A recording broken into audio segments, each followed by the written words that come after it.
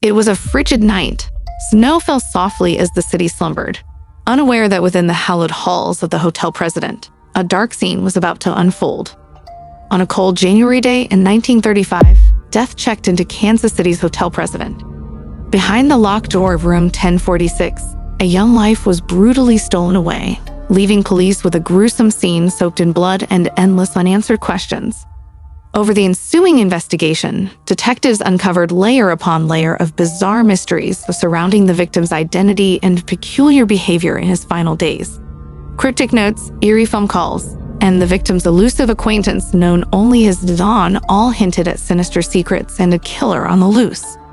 But the trail ran cold, leaving the ghastly murder one of the most perplexing unsolved crimes in American history. On that dark winter night, evil slipped away unseen, having sadistically destroyed an innocent 17-year-old boy.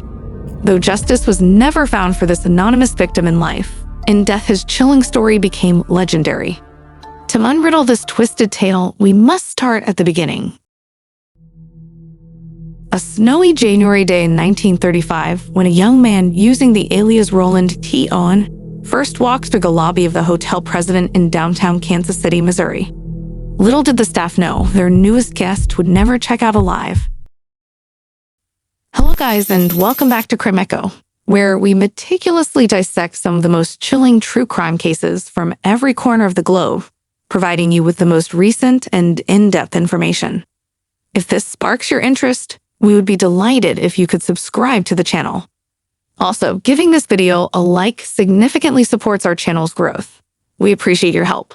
Now, grab a blanket to hide behind, and let's plunge into today's intriguing case.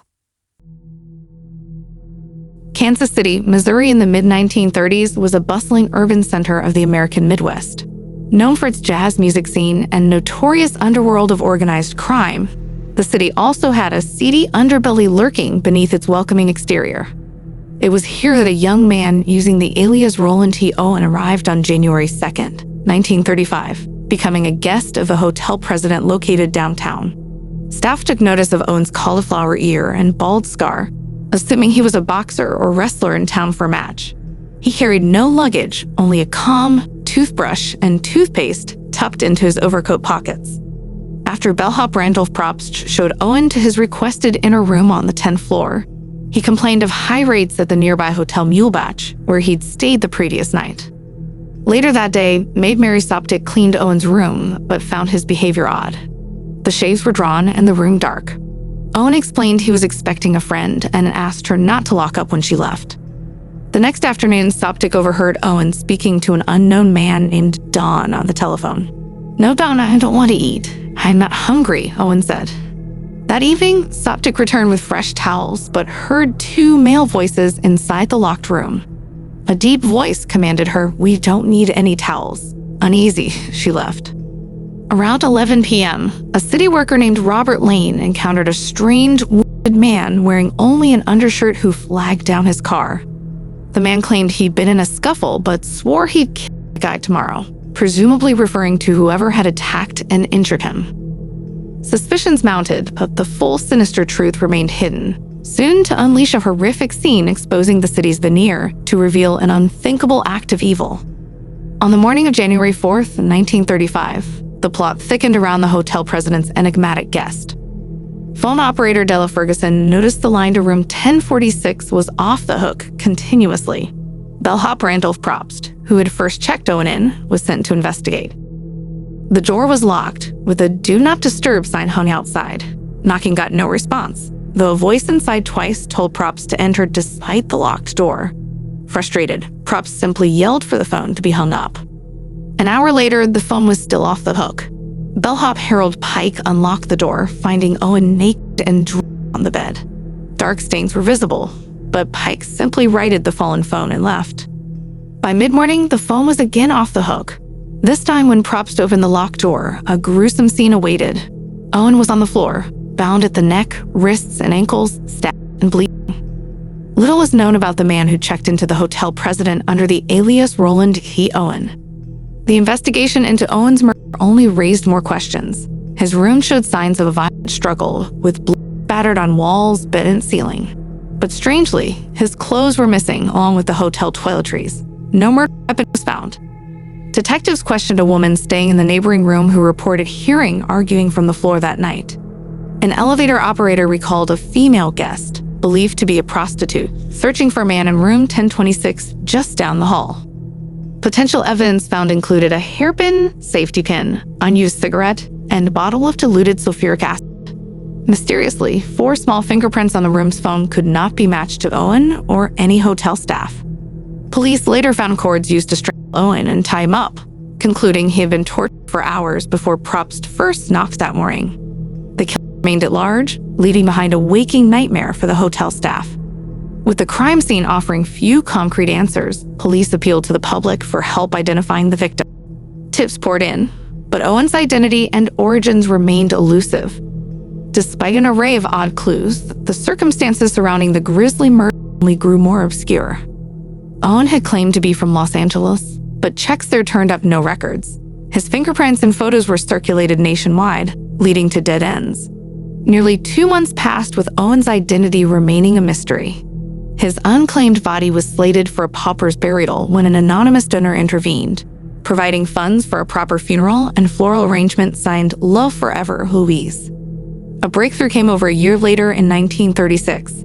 Alabama woman named Ruby Ogletree recognized photos of Owen as her missing son Artemis. When Artemis Ogletree was identified, detectives learned he was just 17 years old when he met his tragic end. According to his mother, Artemis had left their Birmingham, Alabama home in 1934 with dreams of traveling to California. Little did they know it would be the last time they saw him alive. But the story took another strange turn.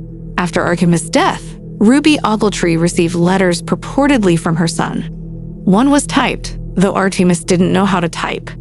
Another said he was sailing to Europe that very day. The most bizarre contact came in August 1935, when a man phoned from Memphis claiming to know Artemis. He said Artemis had saved his life in a fight, but lost his thumbs, preventing him from writing. This only deepened the mystery. How could Artemis have traveled so widely after checking into the hotel president under an alias, only to be murdered in his room? Police diligently investigated across multiple states, but no arrests were ever made. Various theories have been proposed over the decades. Perhaps Artemis' killing is connected to organized crime, since Don is a mafia title, or did Don murder Artemis himself for unknown reasons? One intriguing clue remains unknown. In 2003, a historian took a phone call from an out-of-stater helping sort a deceased relative's belongings. Among newspaper clippings of Artemis' case was one vital piece of evidence, but the caller refused to name it, keeping it hidden even today. While Artemis' identity was uncovered, his demise remained shrouded in mystery. Who was the rough-voiced Don who refused maid service? What became of the well-dressed young traveler who met such a vicious end? The tangled threads surrounding room 1046 only seemed to unravel further from the truth.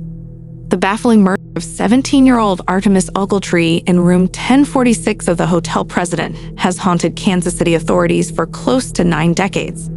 Despite exhaustive investigations, a multitude of bizarre clues, and theories pointing to revenge, mob involvement, or a depraved murder, justice has never been served in the case. Ogletree's grieving family was left not only with the shock of his horrific demise, but cruel haunting suggesting he lived on overseas after his death. The young man's hopes and dreams ended alone in a shadowy hotel room, his short life cut tragically short by vicious, anonymous violence.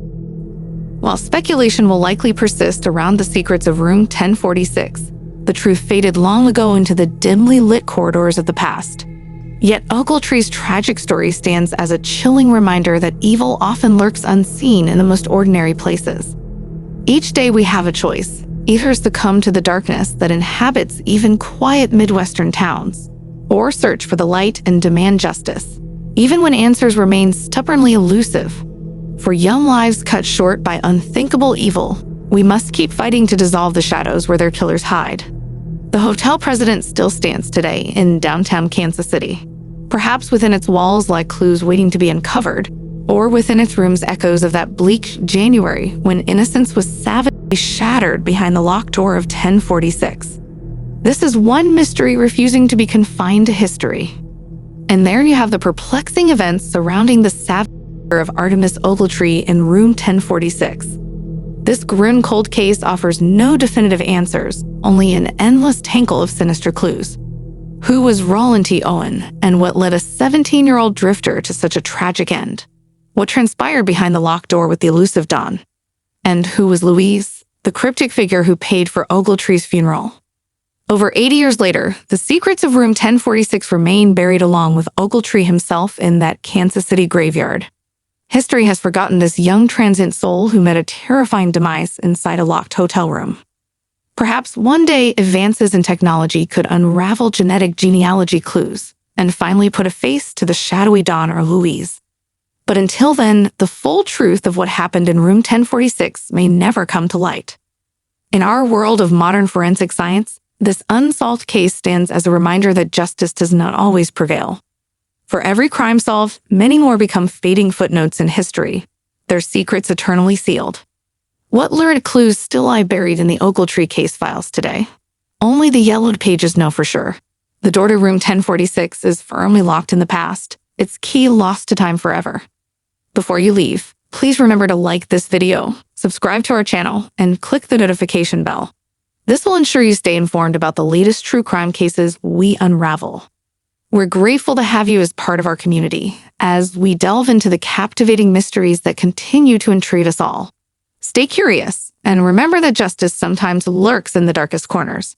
Thank you for joining us for a journey back in time to 1935 Kansas City and the eerie events of the President Hotel. And we eagerly anticipate seeing you in our next exploration. Until next time.